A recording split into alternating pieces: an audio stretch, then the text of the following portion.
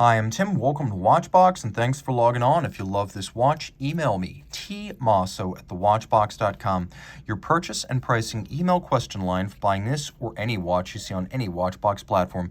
Please reach out to me directly. Email tmosso@thewatchbox.com for pricing. Today, we're discussing a 2022 launch that is now available pre-owned. This is the Tudor GMT Pro, which is the best Rolex Explorer 2 launched this year, and it is faithful to the 1655 with a few exceptions we will mention. First of all, it's in the pleasing size of the Black Bay 58. So this steel watch is 39 millimeters in diameter. With the strap, which crosses the case back, it's going to be 15.9 millimeters thick. Without the strap, it's about 1 millimeter thinner than that, 14.9. And from lug tip to lug tip, it is 47.8 millimeters with a 20 millimeter spacing between the lugs. Now, on my wrist, the watch wears well. Again, it's going to be a little bit thicker on this strap because the strap is underslung beneath the case, but I wouldn't call it thick objectively.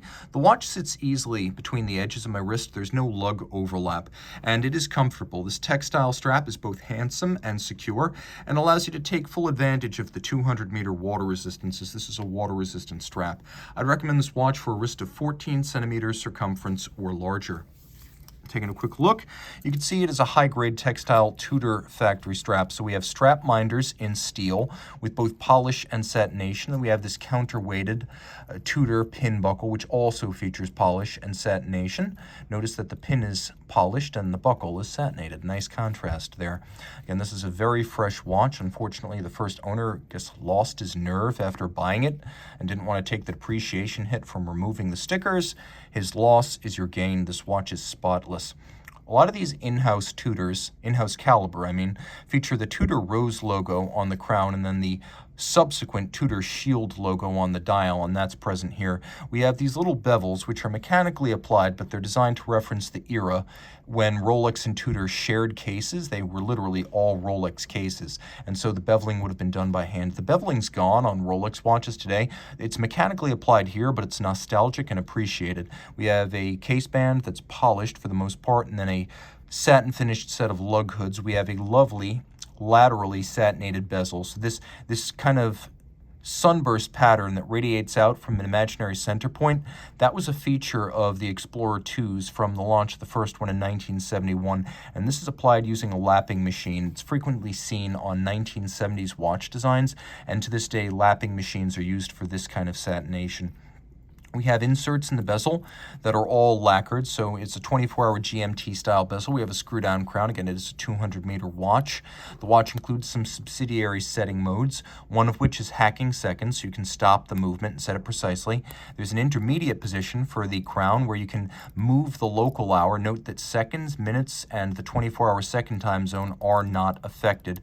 Then I can drive my date forward or backwards depending on whether I'm traveling east or west. And then if I pull the crown out all the way, when I have hacking seconds engaged, now all of the hands move together. The watch features a dramatically cambered box section sapphire that's designed to give you a little bit of the distortion and bubble-like charm of a 1970s Explorer 2.